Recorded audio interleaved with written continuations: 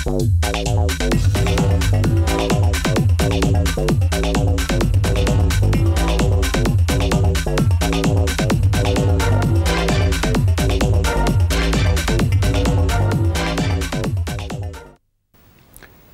lepo pozdravljeni v oddaji Pogled.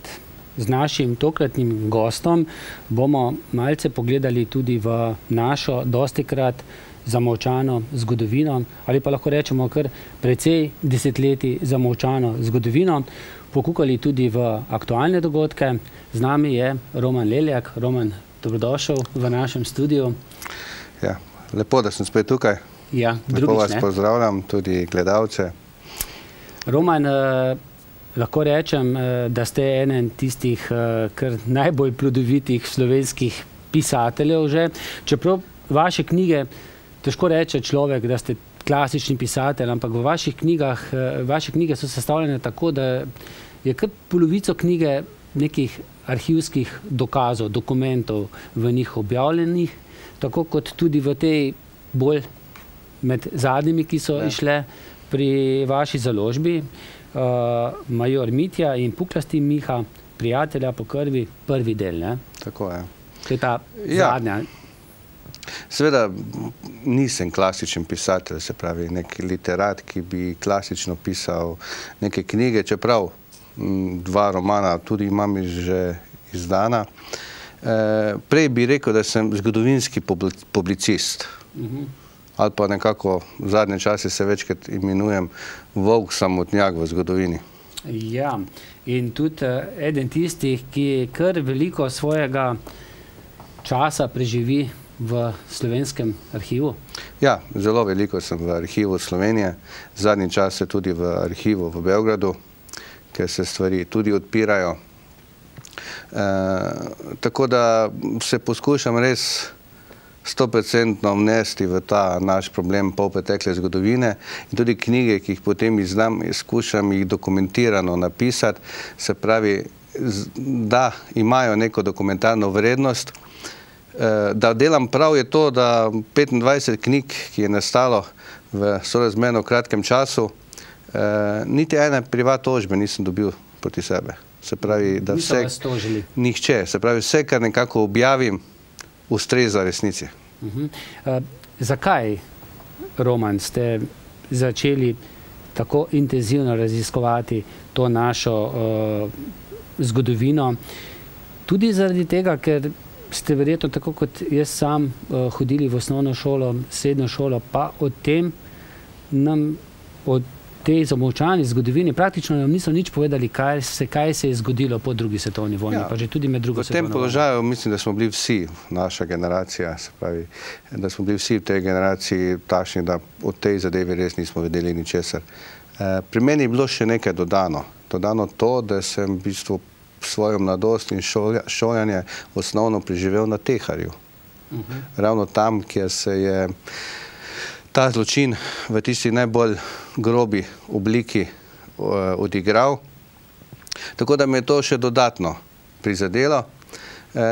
Jaz sem komaj, ko sem bil star 23 let, zvedel za dogodke, ki so se dogajali na mojem domačem pragu. Ravno zaradi tega sem verjetno veliko bolj dovzeten do teh zadev in sem se nekako vključil v to in že nekaj let, skoraj že 20 let, pridno raziskujem to območje in poskušam čim več ljudem pripovedovati o zablodah nekega časa, ki je imel grozne posledice za slovenski narod in mislim, da se še vsaj 100 let zaradi tega ne bo pobral. Omenili ste Teharje. Sam sem prebral nekaj spominov tistih, ki so Teharje preživeli. Veliko, žal, veliko jih ni preživelo, tako otrok, tako žensk, kot moških, ki so bili zaprti v Teharji, pa potem peljali na različna množična grobišča po Sloveniji. Kaj vas je takrat najbolj prizadelo, ko ste začeli odkrivati to umazano zgodovino slovenskega naroda? To, da smo taki, da se je to zgodilo, ali mogoče tudi odziv javnosti, ki še danes reče, pustite to pri miru, to je nekaj zadaj, to je za zgodovinarja. To je nekaj najhujšega, kar danes predvsem mlajši ljudje govorijo, pusti mi, imamo gospodarske probleme, dajmo se v to. Ampak gledajte, potnik, ko gre po nekem gozdu, pa pride do prepada. Prvo stvar, ki jo naredi, se obrne nazaj in poišče pravo pot. In tako je tudi s tem narodom. Mi bi morali, mi smo že od 85. leta naprej pred enim prepadom. In tam teptamo, iščemo, izmišljujemo, modrujemo, kako bi ta prepad preskočili. Bojimo se pa narediti teh par korakov nazaj, poiskati pravo pot in iti v tisto smer, ki je bila za mnoge evropske države začrtana že od 45. leta naprej. Žal mi te korake nazaj ne naredimo. Veste, to je ta problem. Drugi problem so laži. Tretji problem je strah. Še vedno. Ja, zelo je prisoten strah. Tudi v tem zadnjem dogodku, ko sem podal ovadbo zoper Mitjo Ribičiča, sem imel mnogo SMS-ov oziroma mailov, ker se ljudje bojijo za mojo usodo. Da sem šel predaleč, da me bo to drago stalo, da se mi lahko kaj zgodi. To je tisti strah, ki še obstaja v teh ljudeh. Ker so bili sami deležni tega strahu. Da je bil strah grozen, je pa res bil grozen. Veste, danes nas in dva so v šoli učili o Dachau, Auschwitzu in vse skupaj. V Dachau je umrlo 70% manj Slovencev, kot pa v Teharju. Isto za Auschwitz. Se pravi, za slovenski narod je bilo Teharja ali pa Kočevski Rog, Šentvit, zapori Šentvit pri Ljubljani, bistveno... V nekdanji vojašnici, ne? Vojašnici, bistveno težji zapor za narod po številu smrti, kot pa Dachau ali pa Auschwitz. To moramo povedati in to je grozno. In za te smrti ni kriv okupator.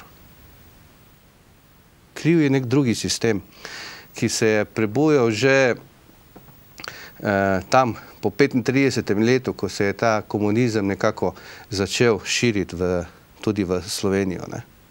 Že takrat so takratne politične stranke prepoznale ta komunizem in nevarnost za takratno Evropo. Evo, tukaj pred sabo sem prinesel, če pokažete, eno knjigico, ki je šla 37. leta. To je original.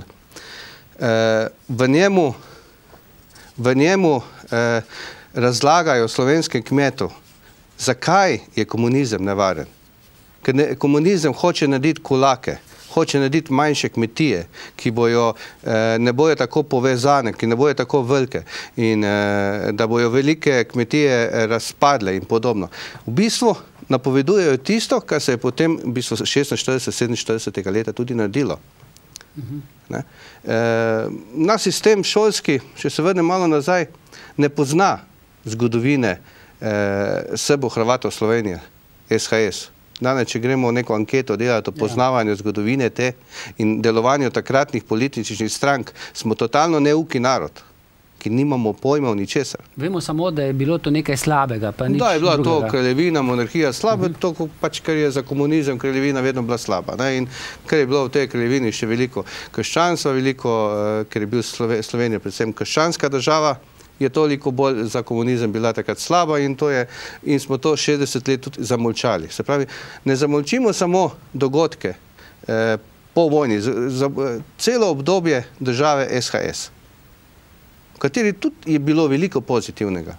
Se pravi, in obstoj, in zakaj je prišel do takega razdora, oziroma da se je danes Slovenija podelila na dva tabora, če tako lahko imenujem. Čeprav jaz nisem, zato jaz mislim, da je Slovenija le povezana v eno državo, da rabimo samo en čas, ki nas bo spet poenotil tudi v tej zgodovini. Mislim, da smo zelo daleč. Mi v zadnjem času moramo povedati, da zmagujemo z knjigami, z raznimi preditvami, vse skupaj. Smo prisotni in že tisti najhujši ortodoksni, ne vem, trdi, se počasi zavedajo, da počasi ta resnica prihaja na dan in da bo prišel tisti trenutek, ko bomo lahko prosto zadihali in se končno s tem starimi stvari razčistili. Takrat v državi SHS, v Sloveniji takratni, so se sistem oprl komunizmu, tudi tem stranke. Niso hoteli, da bi ta ruski komunizem prišel v Slovenijo. Zato je bil tudi takrat komunistična stranka prepovedana kot takšna. Niso hoteli, ljudi so poučevali o tem strahotem, kaj se je dogajalo že takrat v Rusiji in vsega skupaj. No in ko je okupator okupiral Slovenijo aprila 41. leta,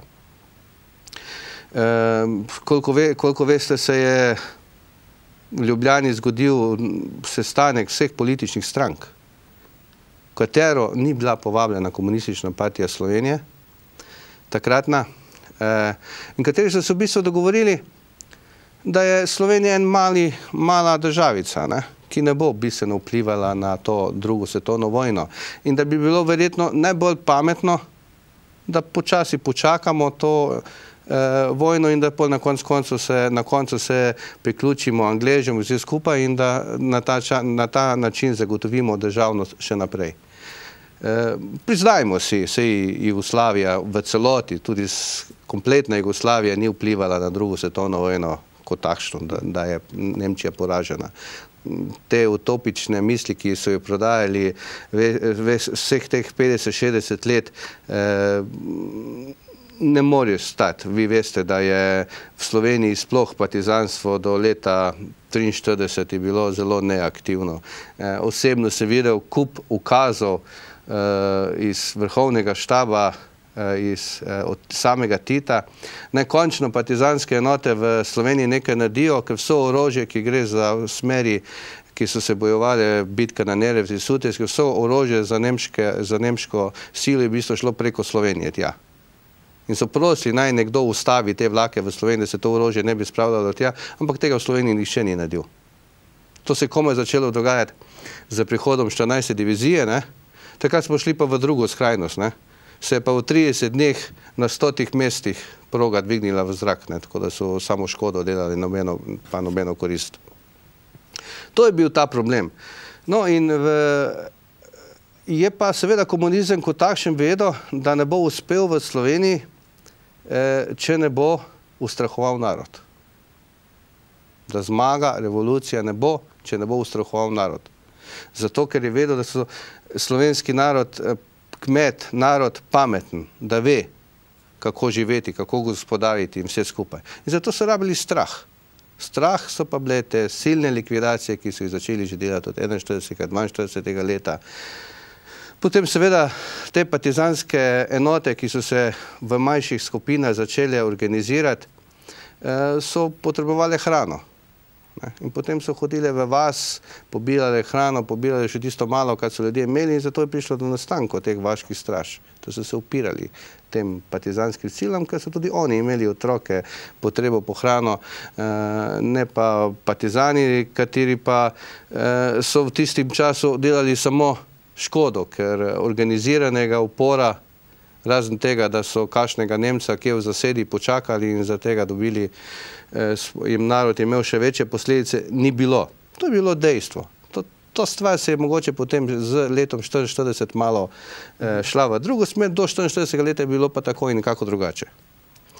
No in te vaške straže so nastale, ravno zato, ker so se kmeti takrat organizirali, vedeli so, kakšen zlo je komunizem. Seveda so se v enem delu naslonili na Nemce, ker so pač rekli, kaj je večje zlo, eno ali drugo.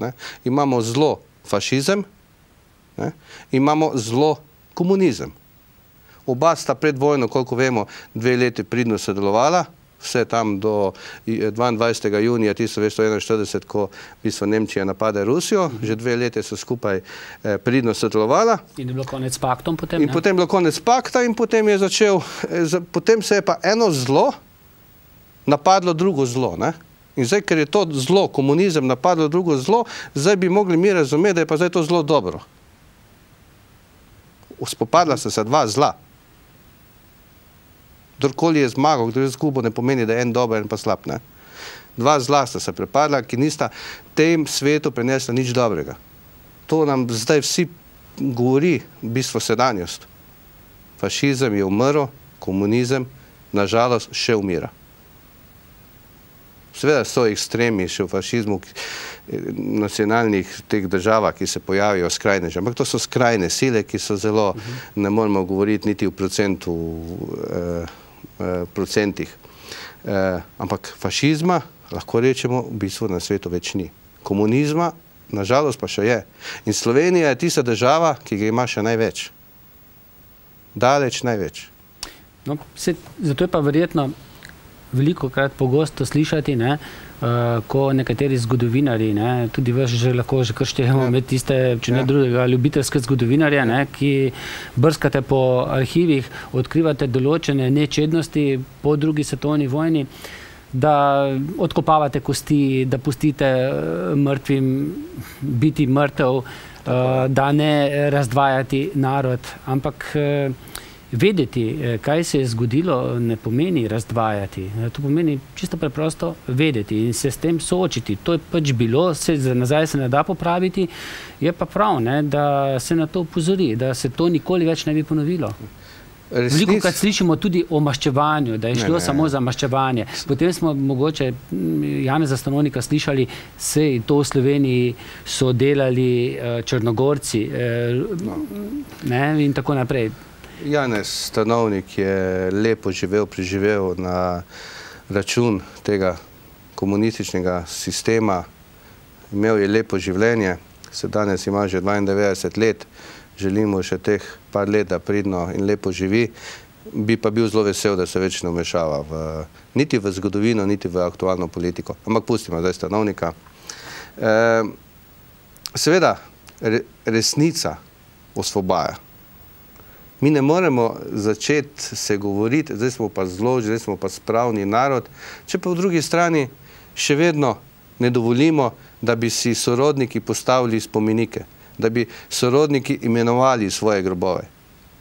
Mi smo zdaj pred kratkim, je bil v Ormožu ena posebna prireditev, ki za moje pojme je malo manjkalo. Tam smo postavili, tam se je postavil spomenik 39 otrokom. Tudi ta slika? Ja, to je Paul Franci, rojen 42. leta in je umrl 16. septembra 45. leta v koncentracijskem taborišču v Ormožu za otroke. Mi smo redka država, mislim, edina, ki smo imeli taborišče za otroke. Po drugi svetovni vojni. Po drugi svetovni vojni. Avgusta 1945 imamo koncentracijsko taborišče za otroke. Namreč, kaj se je zgodilo? Takratna vlada, ki jo je vodil Kidrič, je pa že prej v Beogradu na zasedanju Avnoja, mislim, da je to oktobra 1944, se je nemški manjšini dodala nek predznak kolektivne krivde. Nemški manjšini v Sloveniji? V Sloveniji in takratni Jugoslaviji. Takrat jih je bilo koliko? V Jugoslaviji je bilo 530 tisoč nemške manjšine, v sami Sloveniji pa 41 tisoč.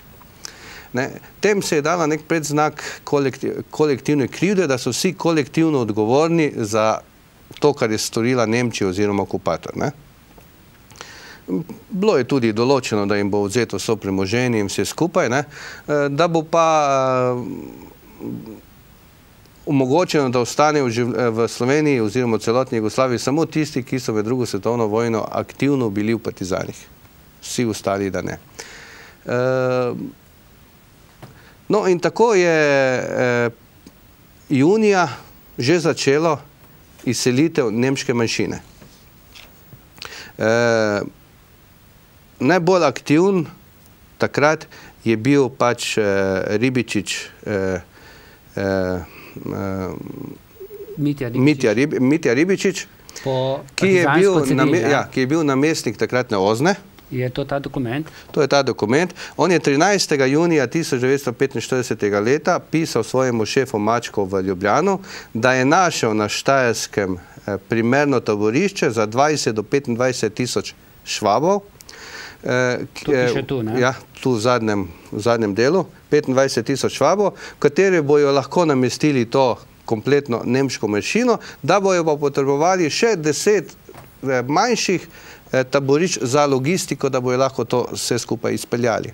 Se pravi, on kot predstavnik, kot namestnik OZNE za Slovenije in glavni šef OZNE za Štajersko je bil tista oseba, ki je organiziral in logistično izpeljal izselitev teh 41.000 Nemcev.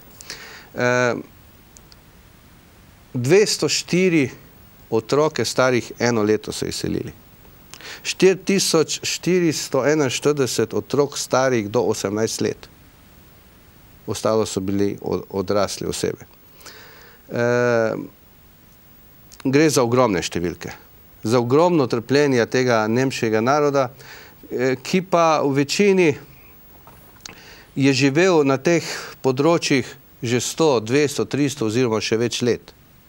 Samo njihovo poreklo je bilo nemško, priimek je bil nemški. Nič drugega. To je bil narod, ki je živel na tej kraji. Govorim za področje Ljutomera, Radgone, Maribor, Celje, Jesenice, Kranj, pa en del Ljubljane. Kočevje tu ne gre? In Kočevje je kot nekaj posebnega. Kočevje je bil pač ena drugačna nemška manjšina, kočevari, ki seveda spadajo tudi v to številko 41, njih je bilo okrog 11.000, ostalih je bilo pa 30.000. Se pravi, vsi so bili izseljeni, vsem je bilo odzeto. Naprimer, vzamemo primer Apaške doline. Tam je bilo izseljenih 2793 oseb. V samih Apačah so ostale samo 4 hiše naseljene. Ne? Vse ostalo je bilo izseljene 13. januarja 1946. Se pravi, v eni noči je bilo izseljeno toliko in so jih dali na razne kamione, vozove in jih odpeljali. Ta slika je bila, če bi takrat nekdo to posnel, bi bila podobna slika kot pa to, kar se je dogajalo v Bosni, v Srbiji, Hrvaške, tiste kolone, ki smo jih spremljali. To se je zgodilo tudi takrat. V dokumentih, ki jih je tudi Ribičič podpisoval, je bilo določeno, da samo eno torbo z 14 do 15 kg si ta družina lahko vzame. Vse ostalo je moralo ostati. V Apaško dolino so potem prepeljali Slovence iz Dolenjske, iz področja Kočevja, Kočevske Roge, Gotenice, tam, ker je tam si država oziroma oblast pač zamislila zaprto območje, in so tiste ljudi izselili in so jih naselili v Apaško dolino. Približno tako je bilo. Tam te ljudi je dočakalo vse. Domačini znajo povedati, tudi tunke, se pravi meso, so bile polne, perila, vse jih je čakalo, nihče nič. Dobili so hišo, opremljeno hišo in v last 1/1. Večina apaških in tistih hiš, ti ljudje niso rabili nikoli plačati. Dobili so jih zastonj. Res je, da jim je bilo tudi nekaj odzeto na drugi strani. Ampak po drugi strani so pa tudi nekateri zaslužni partizani se prostovoljno odselili v Kočevje, ker so tam dobili vse zastonj. Kar večina takih je bilo. In potem se je zgodilo 90, denacionalizacija. Vsi mi smo potem morali tistim, ki so pač zahtevali nazaj, ta denar vračati. Tiste lastnike, ki so pa zdaj 50-60 let lastnik hiše, pa nihče ni vprašal, da bi bilo korektno in pošteno, da pa končno tudi vi plačate nekaj za te hiše. Mi nismo imeli problem samo tisti zakon, ko smo poceni odkupovali stanovanja, ne vem, po katerem... Jazbinški zakon. Imeli smo še hujše stvari v tej zgodovini. In to je ta narod veliko stalo, finančno veliko stalo. In ta komunizem je ta narod stal. Mi pa seveda zdaj moramo iti v smeri neke pravičnosti, zakonitosti. Je res, da ti ljudje imajo pravico, ker je to bilo njihovo, ker je bilo 300 let njihovo in verjetno imajo. No, čeprav mi smo takrat sprejeli zakon, da v denacionalizacijskem postopku lahko sodelujejo samo tisti, ki imajo slovensko državljanstvo. Tako da velika večina jih ni. Kaj se je zgodilo s temi izseljenimi pripadniki nemške manjšine pri nas? Ja, kaj se je zgodilo? Velika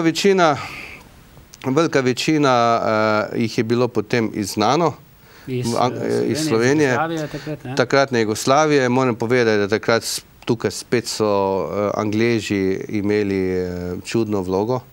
Namreč naredili so sporazum z Titom in so dovolili, da se nemška manjšina lahko izžene iz Jugoslavije, ampak so spodaj napisali, ampak samo tisti, ki so rojeni v tujini, ne pa tisti, ki so rojeni v Sloveniji oziroma Jugoslaviji. Takrat je Kidrič zamahnil z roko, mi to kar podpišemo, ni pomembno, ker itak dokumente mi delamo, jih Angleži nimajo. Tako da so te sezname za izselitev pač prilagodili na ta način, da so marsikomu dali, da je rojen v tujini, čeprav je bil v sami Sloveniji oziroma Jugoslaviji. Omenili ste pa že zadnjo slovesnost v Ormožu, kjer je bil postavljena tudi neka spominska tabla za vse tiste otroke, ki so bili nekako. Kaj se je točno tam zgodilo? Bil je postavljen res en ogromen križ z trpečim Jezusom. Mislim, da je res primeren križ za vse te otroke. Jaz osebno imam pomisleke ravno o tem, da vemo za imena teh 39 otrok. In na tem križu oziroma na samem spomeniku teh imen ni zapisano. Mi svoje grobove moramo imenovati. Z gospodom Sokom, županom Ormožu, sva se pogovarjala in so mi nekako rekli, da bojo to zadevo popravili in da bo zraven tudi priložena tabla z imeni teh otrok. Tukaj, v to smer moramo mi iti, v imena, se pravi. Mi moramo točno povedati, kaj se je zgodilo in kdo je umrl. Zakaj so umrli? Umrli so zato, ker so 5. avgusta 1945 je Mednarodni Rdeči križ prišel v to koncentracijsko taborišče Šterntal, Kidričevo stanišče. Ena lepa ime Šterntal je Zvezdna dolina. Teda, če ne vejo, kakšno ime bi si dali, mogoče Zvezdna dolina še najlepše v vseh teh imen. Je prišel Mednarodni Rdeči križ. No in tukaj so zdaj dve zadeve. Ali se je takratna partizanska oblast strašila zaradi njih, zaradi kontrole in so vse otroke odzeli materam in so jih odpeljali v novo taborišče, ki so ga začasno naredili v gradu v Ormož. Odpeljali so 350 otrok. Pričevanja so grozna. Materi so si pulili lase, ko so jim otroke iz naročja jemali par mesecev stare. Najmanjši otrok, ki je umrl v Ormožu, je bil star 4 mesece. Nekaj teh otrok je bilo tudi zdaj na tej slovesnosti, ne? Ja, seveda so bili, tudi so bili prisotni, kar precej jih je bilo. No in v taborišču Ormožu je teh 350 otrok imelo zelo slabe pogoje. Bili so odzete matere, mleku in vsega skupaj in je pač v tistem mesecu in pol dni, dokler je to taborišče trajalo, ostaja zapis, našli smo zapis o smrti teh 39 otrok. Lokalni župnik je popisoval datume rojstva, imena, odkot so in datum smrti in zato je tudi ti dokumenti so obstali. Po drugi strani, ko sem prej rekel, da ne vemo točno, zakaj so jih izselili, vemo pa, da so od 5. pa do 15. dokler je bilo tam Mednarodni Rdeči križ, umirali otroci tudi v Šterntalu. Samo med 5. pa 15. so vozili mrtve, ki so umirali v tistem Šterntalu, v župnišče Lovrenc na Dravskem polju, takrat se je imenoval Sveti Lovrenc na Dravskem polju, so jih vozili. Samo za tisti 15 dni, 10 dni, dokler je bila tista komisija tam. No in tako vemo in tiste zapisnike smo našli, sem jih v bistvu našel in tam je pa 51 ljudi, od teh je 13 otrok starih do 5 let. V letošnjem letu bomo spominsko obeležje tudi v Lovrencu na Dravskem polju postavili, tudi za te otroke, da bomo na nek način le naredili tisto pietetni odnos do tistih dogodkov, ki so bili. Torej, da odgovorim na vprašanje, ali se je partizanska oblast strašila in te otroke skrila pred Rdečim križom, Ali je pa Mednarodni Rdeči križ bil tisti, ki je rekel, da morajo otroke ločiti, ne smejo biti v istem taborišču z starši. Uradni zgodovinarji govorijo o tej drugi smeri, ne. Jaz osebno mislim, da to ni res, da bi Mednarodni Rdeči križ šel v to varianto. Mislim, da gre za prekrivanje, da so vsaj del, koliko so imeli možnosti otrok odpeljati v Ormož, ker jih več kot 350 v tisti grad ni šlo in toliko si jih tudi odpeljali, da bi pred Mednarodnim Rdečim križem v bistvu prikazali, da je problem manjši, kot pa je v resnici. V Šterntalu, tej Zvezdni dolini, je bilo nameščenih 10 000 ljudi. Ogromna številka. Bili so nemogoče razmere, jedli so skoraj da nič, v glavnem neke juhe iz repe, korenja in na ta način so jih preživljali. V tem času so pa urejali in ponarejali papirje, da bi te ljudi izselili v Avstrijo. Tam so jih dočakali Angleži, ponovno jih namestili v tista sprejemna taborišča na angleški strani in tam so se potem ljudje v parih letih poiskali hiše, domove, sorodnike in se nekako razgubili in po Avstriji in po Ameriki, Avstraliji, Kanadi, kjerkoli že živijo. V glavnem, usoda te nemške manjšine ni prijetna. S to zgodbo je pa povezana potem tudi ovadba proti Mitju Ribičiču, ki ste jo vložili prejšnji teden. O tej ovadbi pa potem v nadaljevanju po kratkih oglasih. Hvala.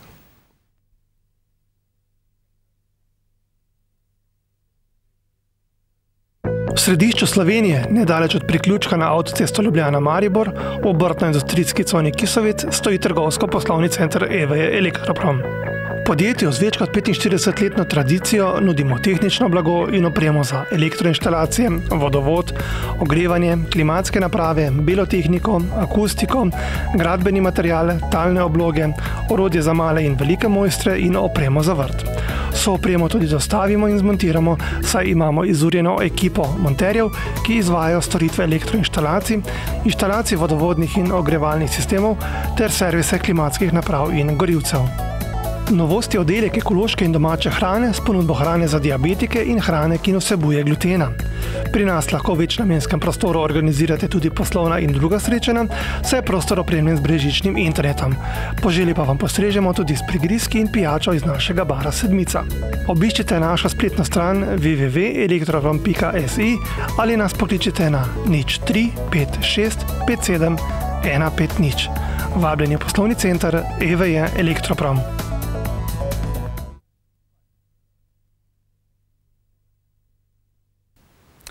Pred nami je še zadnji, drugi del oddaje. Prej sva zaključila s tem, da bomo v tem delu govorili o ovadbi, ki ste jo podali proti nekdanjemu visokemu politiku Mitju Ribičiču, po partizansko Cirilu Ribičiču. Vložili ste jo, če se ne motim, prejšnji teden. Ja, en teden nazaj. V ovadbi je v bistvu, moram povedati naslednje.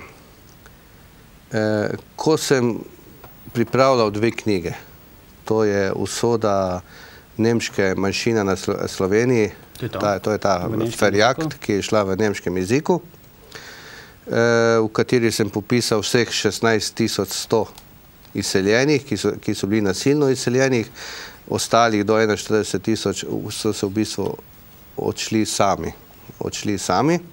In pa knjigo o majoru Mitiju in Puklastem Mihu, se pravi Puklasti Miha, Bogdan Horvat.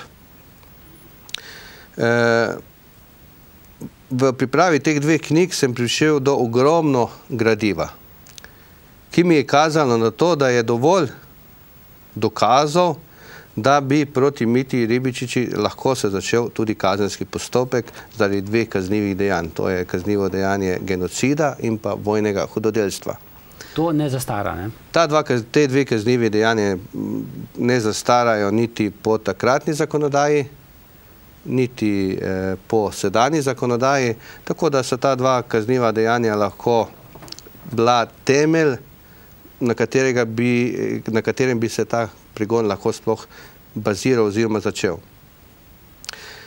Kaznivo dejanje genocida pomeni da nekdo nad manjšino, manjšinskim narodom, manjšinsko skupino stori dejanja, da bi jih iztrebil, izgnal, likvidiral in podobno.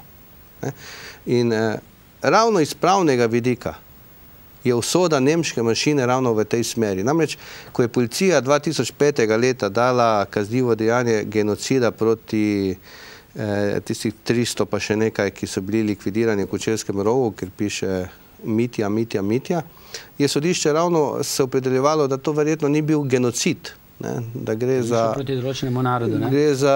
Gre za pač eno dejanje takratno, gre mogoče za hudodelstvo, ne pa za genocid, ker tam je bil v bistvu, so bili umorjeni Slovenci, in ne ena skupnost ali pa en narod ali pa karkoli, ampak vojaki, civilne osebe. Tako da je ta nemška manjšina, ki je bila iztrebljena, pregnana takrat, je bilo narejeno načrtno in on je bil tisto, ki je to vodil. Malo prej sem razložil v tem dokumentu, da je bil on, ki je vse skupaj organiziral in logistično izpeljal. Se pravi, to je ta dokument. In on je v bistvu kazensko odgovoren za to, kar je naredil. In če bi danes bilo to Haaško sodišče, verjamem, da ne bi bilo nobenih problemov, kar se tega tiče. Drugi del ovadbe je pa vojno hudodelstvo. V knjigi Major Mitja in Puklasti Miha sem nekje na sredini objavil seznam 33 partizanov in civilnih oseb, ki so bili likvidirani za časa, ko je Mitja Ribičič bil komisar 4. operativne cone in pa Koroške grupe odredov. On je prišel 10. meseca 43 na Pohorje, od 10. meseca 43 pa do 12. januarja 44, vsakih na njegovi poti gibanja, imamo skoraj vsak dan enega od umrlih, pobitih. Točno po datumi, se pravi, začeli so umirati okrog 20.10. in končali so se 9. januarja, ko je takrat Potrč napisal, da se na Pohorju delajo prevelike likvidacije in da to ni v redu. In takrat so Kidriča poklicali nazaj in ga poslali na šolanje v Rusijo. On je z svojim šolskim prijateljem, Puklastim Mihom, namreč oba sta bila v osnovni šoli v Rakeku, njegov oče Josip Vidmar je bil tam ravnatelj šole, oba sta pa tisto šolo hodila, sta bila tudi skupaj na Pohorju in prav Puklasti Miha, Bogdan Horvat, je tisti krvoločnež, ki je v Sloveniji verjetno pobil največ ljudi oziroma likvidiral. Ni pretirana številka, ko govorimo 700. In to je dokumentirano v knjigi, v prvem delu? V knjigi je v prvem delu to vse objavljeno, vsa imena, točni datumi, na kakšen način so se likvidacije izvršile. Ni jim bilo dovolj. Naprimer, imamo tu v tem seznamu 33, družina Gradišnik. Mlajši sin Ivan je pobegnil iz partizanov, bila sta pa še partizani še dva brata in pa oče. Vse tri so naslednji dan likvidirali. In Ribičiču ni bilo dovolj. Odšel je še k njim domov v Prebold in tam ubil še matero od teh, da je pobil celo družino. Edino ne vem za usodo Ivana, ki je končal, ki je očitno takrat pobegnil, verjetno pa potem končal v teh likvidacijah po vojni. Zdaj, gospod Mitja Ribičič je zdaj, mislim, da prek 90 let star, nekateri pravijo ovadbo proti tako staremu gospodu. Dajmo si, pravo ni napisano, da velja od 18. leta pa do 100. leta. Pravo velja od rojstva pa do konca življenja. Nemčija je letos dala 31 ovadb proti ljudem, ki so med drugo svetovno vojno delali zločine. Še vedno? Še vedno jih dajo. 31 letos. Potem praktično nič ne vemo, ne? Ja. Mađari so dali eno, Romuni eno in na koncu tudi Hrvati proti Bojkovcu eno. To, ker imajo zdaj problem, ne? Ampak tam so dali, ne, to je drugo Perkovič, to je pa Bojkovac. Ampak tam so dalje državna tožilstva v Nemčiji, ne? V Sloveniji pa sem dal jaz kot neki nevreden posameznik, ne? Ampak dobro, vsaj taka zakonodaja v Sloveniji je, da v bistvu tožilstvo meni mora odgovoriti, zadevo preučiti, pa odgovoriti ali... Odgovorilo še ni, mimo grede. Odgovorilo še ni, se zdaleč od tega, da ni. Govorila sva o starosti, ne? Ja, sej, hočem to povedati. Tudi v Nemčiji je bil od teh 31 najstarejši bil star 102 leti, pa je dobil vadbo. Se pravi, to pravo velja za Nemčijo normalno, za nas pa ne, ne? Veste, dajmo to razumeti drugače, praktično, ne? Če greva po ulici in nekdo zabode, gre mimo nekdo, ki je star 95 let in z nožem zabode nekoga, ki je bistveno mlajši. A to pomeni, to ni kaznivo dejanje? Za tega človeka ne velja pravo. Ne, ni res. Pravo velja za vse, ne glede na leta. Seveda potem je stvar druga, ali ti ljudje še lahko prestajajo kazen, ali pa jim je pač kazen spremenjena v hišni zapor, pa karkoli. To je potem stvar samega postopka. Ampak pravo, povzročitev kaznivega dejanja je pa za vse enaka, ne glede na leta in ne glede na bolezen.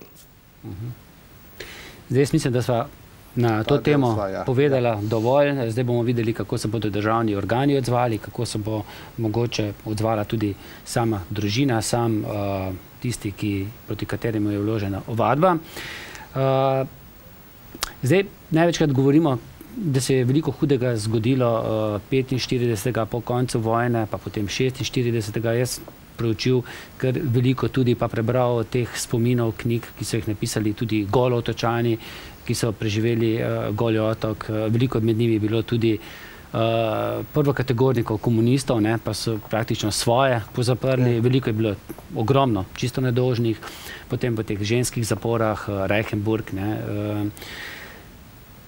Pozablja se, ne, dobro, imeli smo 88. leta četverico, ne, proces proti četverici, tudi to bi bilo, tudi vi bi se lahko tam znašli, v drugi skupini ste bili tistih, ne, ki bi bili lahko aretirani, če se ne bi tako zasuknilo, kot se je. Naši organi, ne, našo vodstvo, recimo UDBA, je pa delovala tudi v tujini, no, in to sem prej ciljal, ko sem dejal, da imajo Hrvati zdaj neko težavo, ne, takoj, ko so stopili v Evropsko unijo. Mogoče minutko za problem Hrvaške, ne, ker razumem zadevo zelo dobro in tudi v nekaterih stvari sodelujem zraven. Veste, Perković je bil 83. leta načelnik službe državne varnosti Hrvaške. Perković. No in on je tisti, ki je v bistvu odobril, da se izvrši likvidacija Đurekovića v Nemčiji. Sedaj so naredili ta zakon in ko je bila Hrvaška sprejeta v EU, so 2 dni pred samim sprejetjem sprejeli zakon, da pa ne bojo izročili nobenega, ki je storil kaznivo dejanje pred letom 2002. Na ta način so zaščitili in tega Perkovića in še mnoge, da niso izročeni. Namreč bom tudi povedal, zakaj. Zdaj pa kaj? Zdaj pa seveda Evropska unija na takšno stvar ni pristala in zahteva, da se ta zakon spremeni in da se izročijo vsi. Najprej je hrvaška vlada hotela, da bi ga spremenila, ampak da bi začel veljati 1.10.2014, se pravi čez 1 leto. Hkrati so pa začeli z ustavnimi spremembami, da ta kazniva dejanja tudi na Hrvaškem ne bi zastarala. To je hvalo vredno, če takole poslušava, ne? Ampak ima pa neko ozadje. To ozadje pa je naslednje. Ker če bo Hrvaška sprejela ta ustavni zakon, ne, bo sama začela s postopkom proti Perkovićem, ne? Ti postopki so pa takšni kot v Sloveniji. Počasni, nikamor ne pridejo, gospod Perković je že malo starejši in se zadeva ne bo izpeljala. Po evropski zakonodaji pa pomeni, če nekdo je procesiran že v matični državi, ne more biti za iste zadeve izročen Nemčiji. To pomeni, ustavna sprememba bi omogočila, da bi Hrvaška začela lokalno proti Perkoviću postopek, uvedla preiskavo in bo vlekla in ga ne bo rabila izročiti. Zato so zdaj tudi sprejeli zakon, sicer, da bo to začelo veljati do 1.1.2014, ne? V tem času pa zdaj hotijo spremeniti ustavo, da bi to zadevo izpeljali. No in če se vrnem v Slovenijo, ne? Tudi naši ljudje, veste, v tujini je bilo likvidiranih samo preko 120 emigrantov strani UDBE.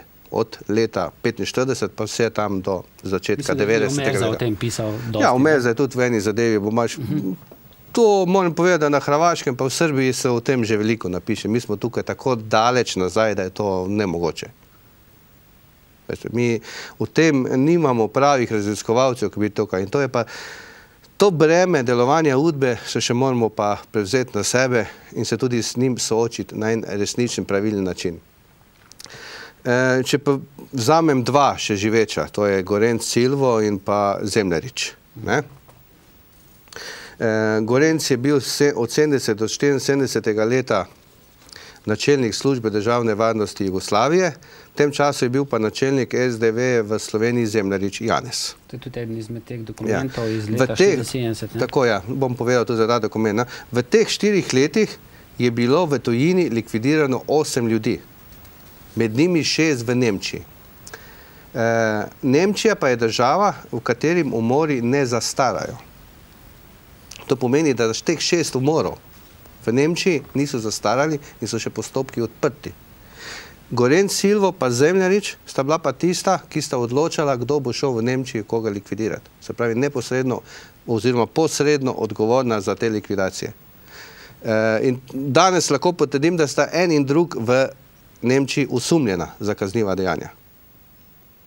V tej fazi se mislim, da se predkazensko zbirajo podatki in da se bo stvar, ki se dogaja na Hrvaškem, kmalu preselila tudi v Slovenijo.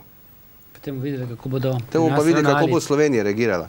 Ta dokument, ki ste ga malo prej pokazali, je na primer zanimiv, gre za leto 73-74. Zemljarič je takrat odobril, da posebna ekipa službe državne varnosti gre v Celovec in izvede nočno akcijo kopiranja dokumentov v 2 političnih organizacijah. Po noči so prišli, skopirali vse dokumente v teh političnih organizacijah, mislim, gre za Heimendins pa za Brambovsko organizacijo, in v teh prostorih pustili tudi prisluškovalne naprave in potem še šli drugič, ki so jih pa umaknili. Akcija se je imenovala Deželno mesto. In po drugi strani imamo sedaj tudi, naprimer, leta 70 so prisluškovali županu Graca. Zaradi takratne pomoči, ker jih mesto Grac je takrat v Gracu naredilo en velik spomenik za vse izseljene in umrle iz Slovenije. In UDBA je takrat prisluškovala vsem, kdo pripravlja to akcijo, na kakšen način in vse skupaj. Veliko tega zla in gorja je ta policija počela, kar ni niti malo etično, zelo pokvarjeno. Se pravi, UDBA je že takrat neke zadeve, ko so ljudje govorili o pieteti, o postavljanju spomenikov, imela kot sovražno delovanje in je poslala svoje ljudi tja v Avstrijo. Moram pa povedati, da so bili zelo uspešni. Vse te akcije so uspešno izvedli, čeprav je Avstrija tudi imela svoje kontraobveščevalne službe ali pa ne vem kaj. Gospodom Pepijem v Celovcu, ki je zdaj vodi to Brambovsko organizacijo v Celovcu, sem se z njim šel pogovarjati in smo ta dokumente šla skozi. Oni takrat niti malo niso opazili, da je bila posebna ekipa UDBE v njihovih prostorih in vse kopirala. Tako da so zanimive zadeve, isto velja za Grac. No, sedaj pa, kot sem rekel, bomo začeli z temi, v bistvu se že dela z temi, da bi te umori, ki so bili narejeni v Nemčiji, predvsem, da vidimo, koliko je tukaj Gorenc Silvo povezan, pa Zemljarič, in jaz mislim, da ona dva in še mnogi, ki so bili v tej službi, da bojo bodoče morali razmišljati, če so njihova potovanja v zahodne države varna. Za Gorenc Silvo ta mislim, da niti danes več ni pot varna v Nemčijo. Ampak tako, kot je ponavadi pri nas, sicer stvari prihajajo na dan, ampak tudi, ko se je odkrila recimo Huda jama, mi smo bili pred kakšnimi pred kakšnima 2 letoma skupaj v Hudi jami z zgodovinarjem Dežmanom pa dijaki gimnazije Želimlje. Smo posneli tudi neko reportažo in že takrat smo lahko ugotovili, da so tista trupla, ki so bila takrat odkrita v Hudi jami, pa ne vsa, mimogrede, še veliko jih leži, še enkrat zakopana na nek način v tej Hudi jami, ki jih malo ne bo več primerna za obisk. Ampak po drugi strani smo dali mi to na YouTube, to oddajo Hudo jamo, kraj zločina, je pa to najbolj gledana oddaja, čeprav ljudi kot naj ne bi zanimala dogodki po drugi svetovni vojni. Ampak očitno ljudi še vedno to zanima. Zelo. Poglejte, Huda jama je največji zločin, mislim, da celo v Evropi. Za slovensko zemljo pa v zgodovini takšnega ni bilo. Da nekdo zmeče 2700-800 ljudi v neko jamo, živih, v neki temi, tisto. Tega pač ni. Takega zločina ni bilo. In upam. In naša zgodovinska dolžnost je, da o tem govorimo, zato da se te zadeve ne bi nikoli več ponovile. Se strinjam. Glejte, Hudo jamo smo odprli. Jaz sem pred Hudo jamo bil 1989. leta. Pa smo rabili 20 let, da se je ta zadeva odprla. Se je odprla. Potem so tiste kosti pokukale ven. Nekako se pokazale v vsem vse svoji strahoti. Približno 800 trupel, tistih 300 pa še nekaj, kar je bilo na samem hodniku, in pa 500 iz samega jaška, 40 metrov globokega, se je izneslo v sosednji jašek, kot nekakšno kostnico, zaboje od kruha, ki so različne barve, in tiste zadnje v te vreče za smeti. Zaradi zaprtosti prostora sami veste, da je na teh posmrtnih ostankov ostalo še veliko mesa. Nazadnje julija pa avgusta, ko sem bil v sami Hudi jami, je bilo polno mušic. To je novi zločin, to je grozen zločin, ki ga zdaj počnemo. In nažalost bom se strinjal s tistim, ko bi zdaj rekli, bo boljše, da smo tako pustili. Nažalost, čeprav, veste, človek, ljudje smo, naj bi bili humana bitja, ko končamo življenje, imamo neko pokopališče. In vsak človek ima svoj prostor na pokopališču. To je osnova civilizacije. Gena, to je gensko v narodu, tako mora biti. Ampak mi to nismo sposobni tem ljudem dati to možnost. In govoriti o spravi, da pozabimo zgodovino, mi pa bomo še imeli ljudi v raznih rudnikih, v raznih močvirih.